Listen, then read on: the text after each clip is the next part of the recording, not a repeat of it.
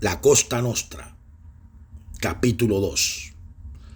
La entrada en política, traición a los viejos caciques junto al M-19.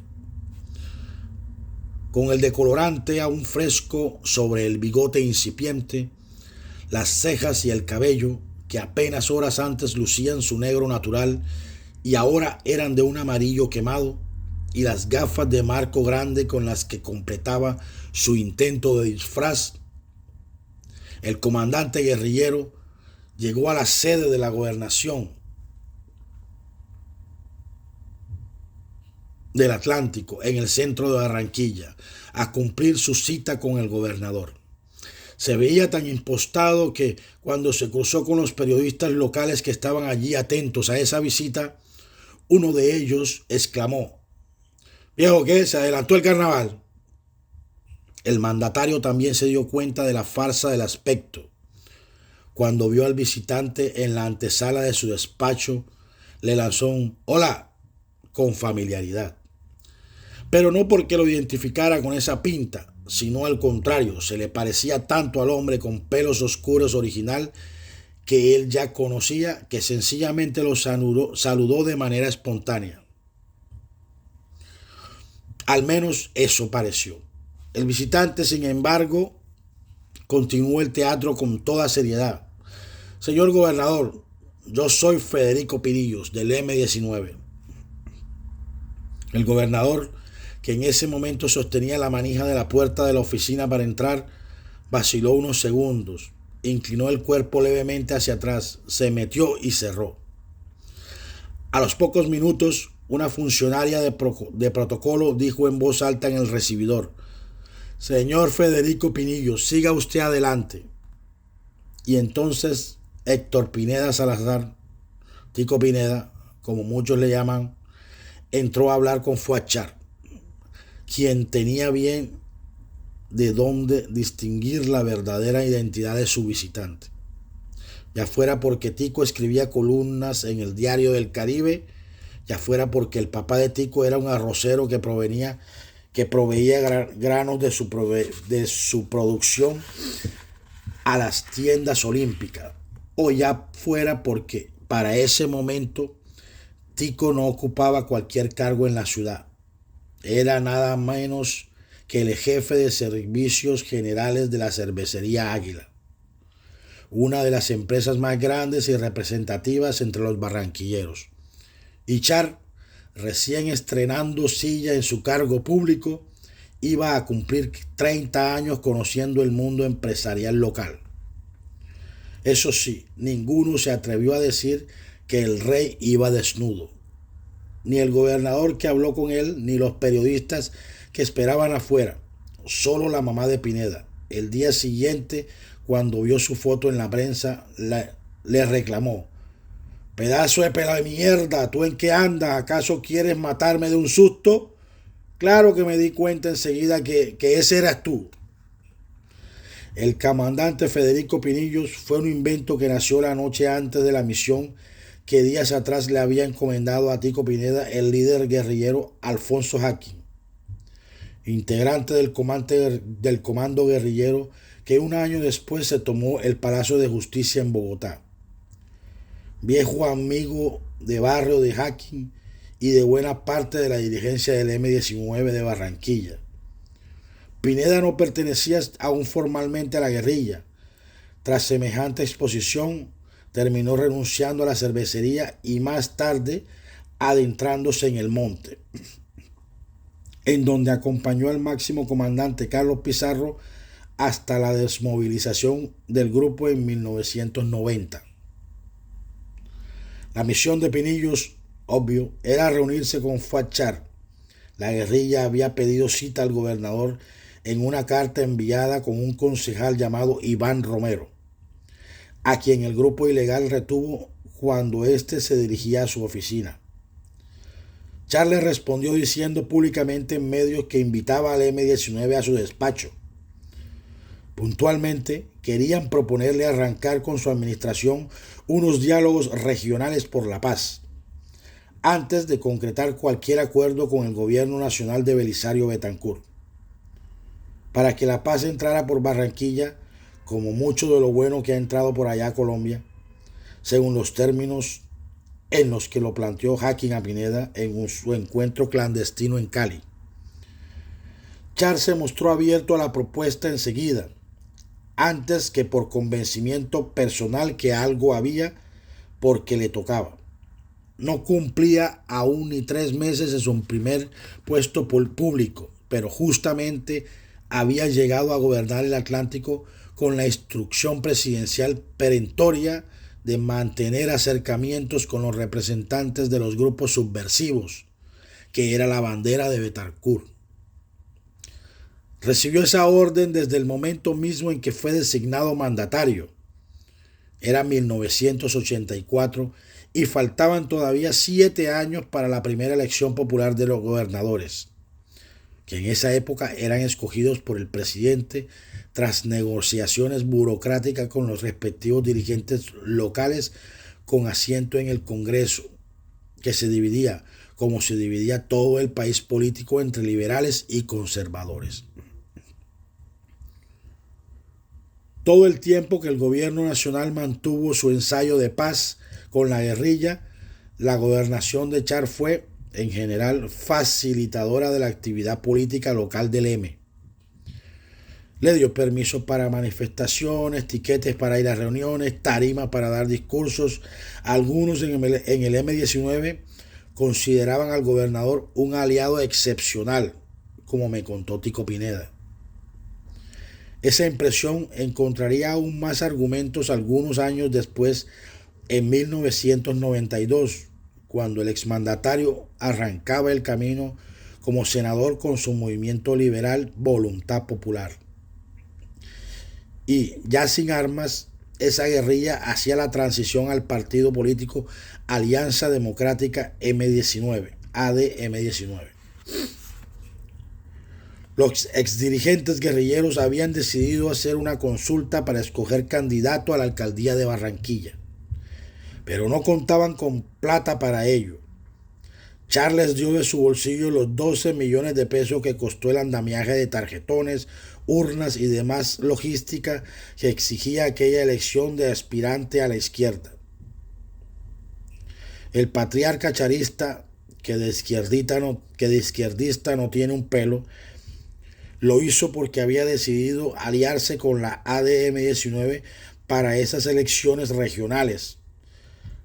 La empresa era ir con ellos por la alcaldía, pero también por la gobernación. Con ellos y en contra de toda la clase política que hasta entonces había mandado en la ciudad, como el buen jugador que desde el principio demostró ser, el don hizo sus cuentas. Desde su gobernación en 1984 había podido observar de cerca la popularidad con la que contaba el grupo guerrillero, de operativos espectaculares y un líder nacional, Carlos Pizarro, al que se refería en medios como Comandante Papito, por su guapura. En el 90 constató esa aceptación a nivel local con el triunfo que, por encima del resto de candidatos presidenciales, obtuvo en Barranquilla Antonio Navarro, quien llegó a la contienda tras el asesinato de Pizarro. Creyente entusiasta en las encuestas internas que por 3 décadas han usado para tomar sus decisiones de política electoral, a Char lo terminó de convencer un sondeo que mandó a hacer para medir las probabilidades del candidato que salió de la consulta que financió. Bernardo Hoyos, el carismático cura Hoyos, un sacerdote salesiano nacido en Belén de Umbría, Risaralda, que llevaba a cabo labores comunitarias en la llamada Zona Negra de Barranquilla, inspirado en la teología de la liberación. Después de vivir varios años en Brasil, el cura había llegado a la ciudad en 1984 a liderar la instalación de la Universidad Nacional Abierta y a Distancia en el Caribe, que nació fruto de un convenio con los religiosos salesianos. Impactado por la miseria y desolación que encontró en aquel sector de ranchos de madera y aguas de alcantarilla que hoy constituyen el tradicional barrio Rebolo, decidió quedarse a vivir allí para hacer trabajo social y de infraestructura y llevar así algo de dignidad a lo que él mismo definió como una laguna llena de mierda. En ese camino, el sacerdote tuvo su primer cara a cara con Char inmediatamente. El mismo año 1984, el religioso organizó una protesta de los ciudadanos vulnerados de aquellos extramuros. Vendedores ambulantes, trabajadoras sexuales desplazados por la violencia y la pobreza, en contra del gobernador Fuad,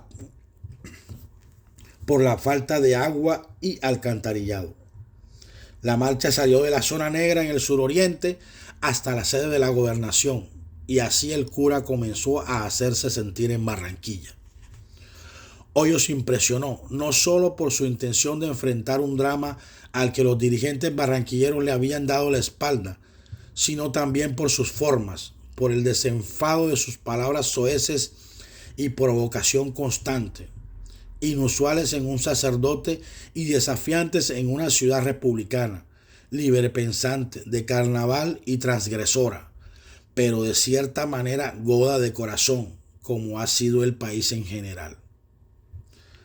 Si no quieren seguir viviendo en la mierda, tienen que mover el culo, le decía a los habitantes del sector el personaje de cabeza casi calva y barba, ataviado entonces ya no con sotana, sino con las botas pantaneras y el machete con los que trabajaba hombro a hombro con la comunidad.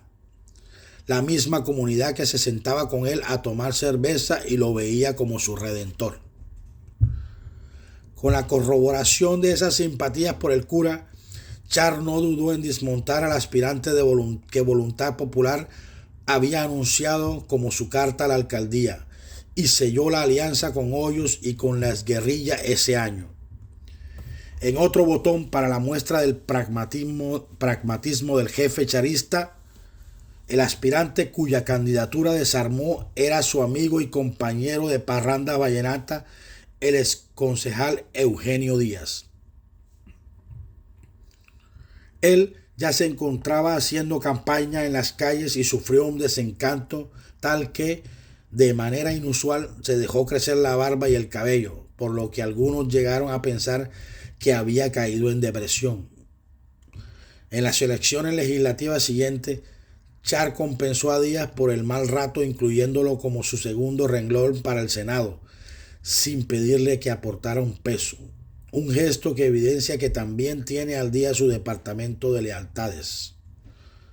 Aunque otra cosa pensaban entonces sobre la lealtad de Fuad Char los caciques del Atlántico. En aquellos comicios locales, esa clase dirigente de siempre terminó derrotada por el cura a la alcaldía y por Gustavo Lemus a la gobernación. Las cartas con las que los recién aparecidos en la política AD-M19 y Char ganaron los dos cargos más importantes del departamento.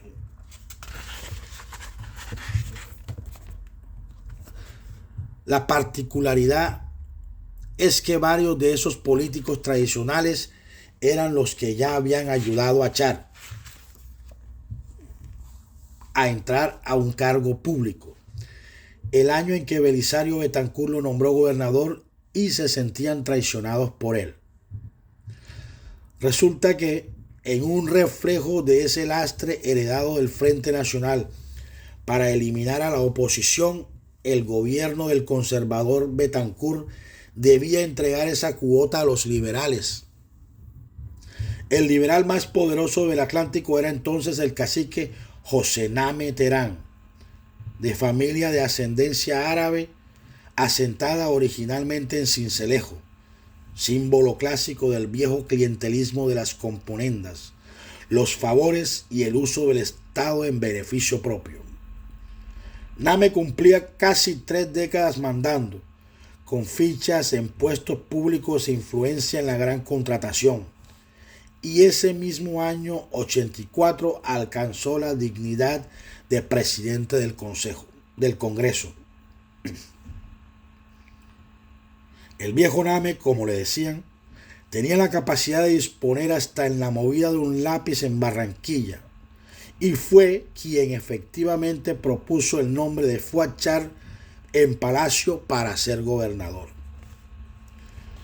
Los Name y los Char se conocían desde que habían sido vecinos en el barrio El Prado, recién llegados, los primeros de Sincelejo y los otros de Lorica.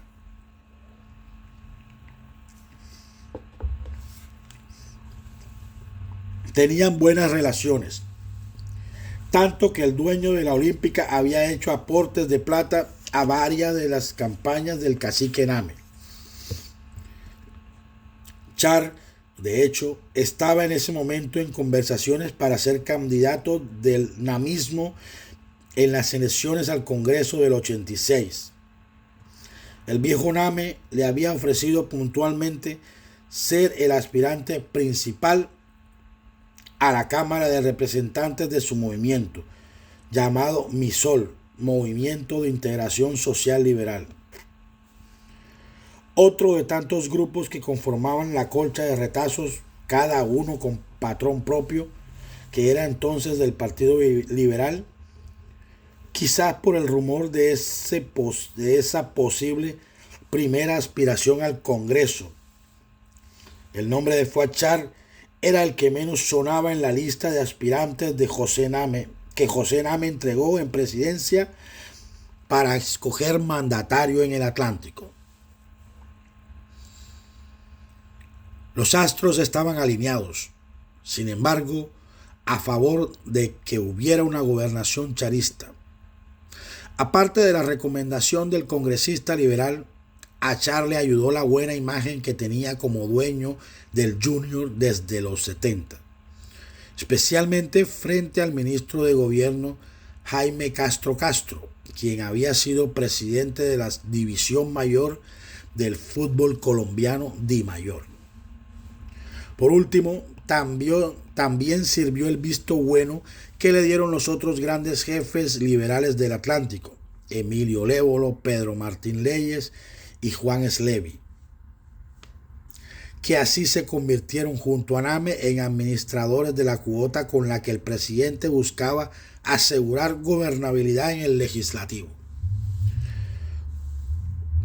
Todos esos caciques veían a Fuad Char como un político en ciernes, lo suficientemente nuevo y autónomo como para no ser del bolsillo de ninguno en particular y repartir equitativamente la torta de los puestos departamentales, porque eso era lo más importante de la movida para esos grupos, tener representación con puestos y que se supiera. A diferencia de lo que sucedió después de la Constitución del 91, cuando surgieron propuestas alternativas e independientes del liberalismo y el conservatismo, y ser clientelista alcanzó consenso como práctica al menos indeseable. Controlar entes públicos era sinónimo de poderío, de capacidad para conseguir votos, añadía brillo a la dignidad que significaba hacer política. Los funcionarios tenían por apellido el del movimiento que los había respaldado, y las negociaciones burocráticas eran por lo general abiertas y casi siempre dramáticas. A eso precisamente se debió que la primera gran noticia de aquella administración Char fuera la inconformidad entre los liberales locales por las cuotas, luego de que el recién llegado gobernador conformara su gabinete departamental, conservando para él casi todo el juego burocrático. Los congresistas rojos exigían una justa representación al nuevo mandatario. Después de todo, decían, ellos lo habían puesto y a ellos se debía. Algunos, como Juan Slevi, llegaron al punto de hacer cuentas públicas en declaraciones a la prensa. La nómina departamental contempla aproximadamente 2.000 cargos, de los cuales yo tengo 45 puestos y el senador José Name Tenag afirma tener solo 70 cargos. Si esto es realidad, entonces ¿quién tiene el resto de la burocracia? El reclamo más duro lo hizo Name, pero en privado. Y en realidad se pareció más a una pelea física que a una discusión verbal. O mejor, tuvo un poco de ambas. Y para ser exactos, no lo hizo propiamente el senador Name, sino quien fuera por décadas su principal escudero y socio en la administración de sus activos políticos, su hermano, el contratista David Name Terán. Y fue tan significativo que a partir de ese día las casas Name y Char quedaron distanciadas irremediablemente entre acusaciones de traición, alianzas temporales y malquerencias heredadas. Algo que cambió el rumbo del poder en la ciudad. Por primera vez en su camino en lo público, además, quedó en evidencia el talante de Fuad Char. Ocurrió en el despacho del recién llegado gobernador, a donde se acercó David Name a exigir la representación para su grupo. Es que tú te estás ahí gracias a nosotros y no nos has dado ni un hijueputa tinto. El mandatario, que había estado sentado, se puso de pie, se quitó los lentes de aumento y reaccionó también en voz alta. Tú me respetas y te me vas. Yo no estoy aquí por ser Name.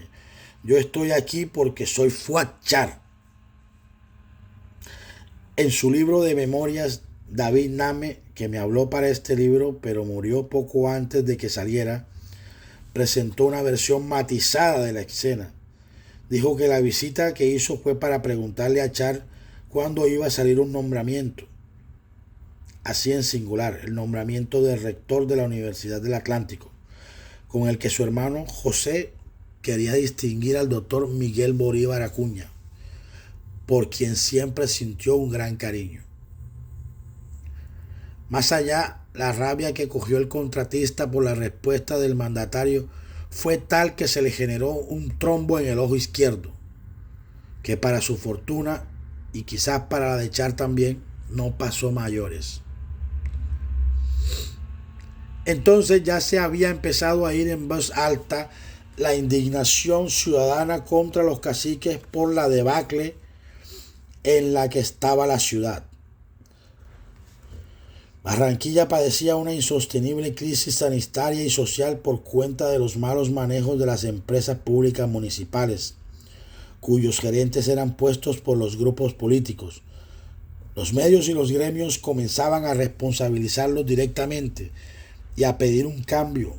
El sur crecía sin instalaciones de redes, en medio de ríos de excrementos y carente de agua limpia permanente para beber, mientras la entidad mal funcionaba con una nómina inflada de trabajadores que servía de caja de votos para ciertos poderosos. Algunos de los empleados ni siquiera trabajaban de verdad, sino que eran dueños de corbatas, esos contratos públicos por los que se recibe sueldo sin hacer nada, que en política se usaban y aún se usan para pagar favores. A principios de los 90 se contaban 3.500 personas en una empresa que en realidad requería apenas 1.000.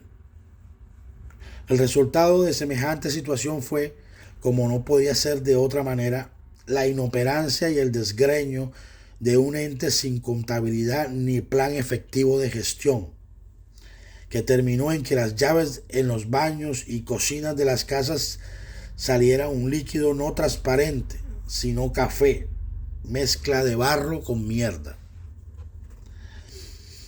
Los más pudientes instalaban albercas en sus casas para procurar abastecerse y pasar de largo a través del caos. Pero hasta para ellos tomar agua de la pluma era una fantasía digna de una novela de la televisión. La ciudad era considerada por no pocos la cloaca de Colombia.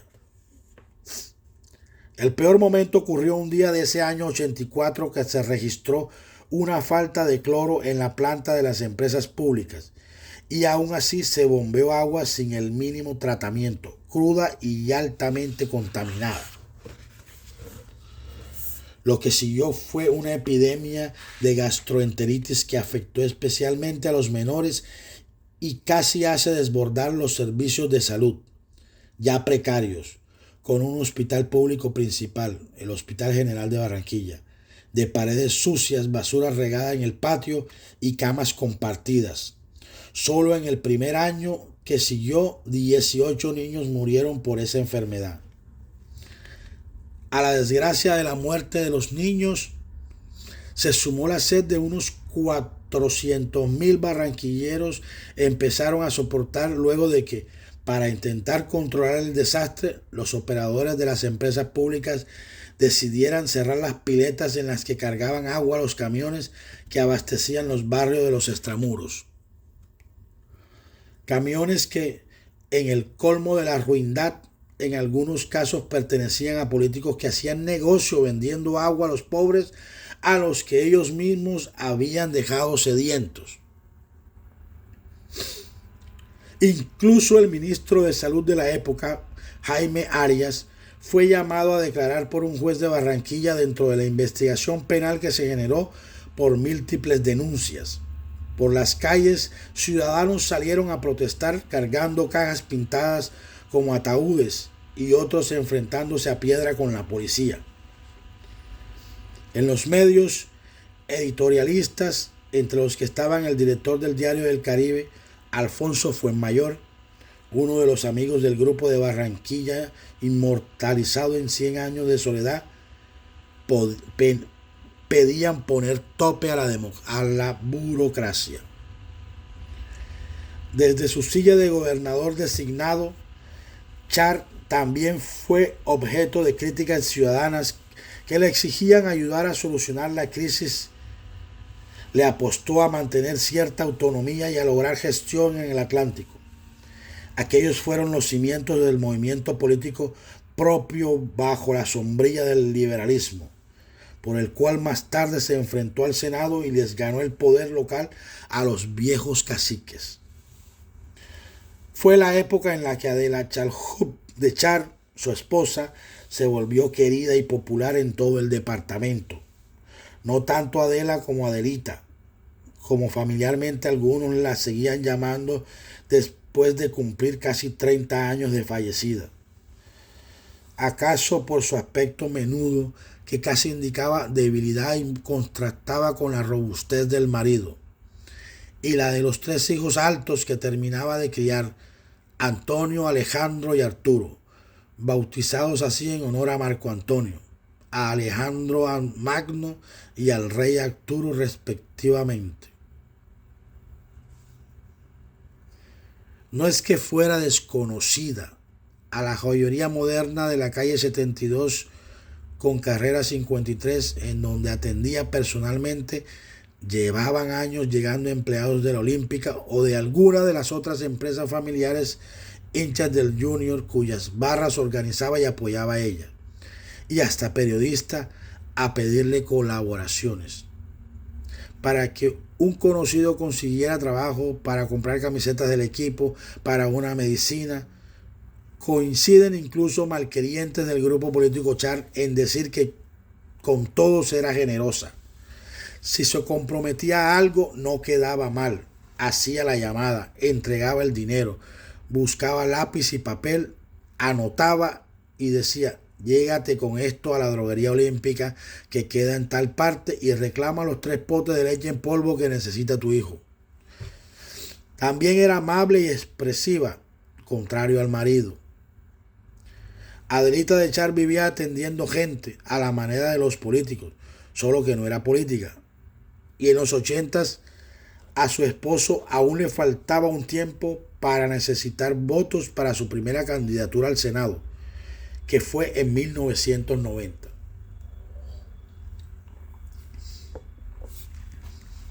Cuando ese día llegó, la inmensa simpatía que despertaba la señora encontró parte de su explicación en aquella antigua dadivosidad.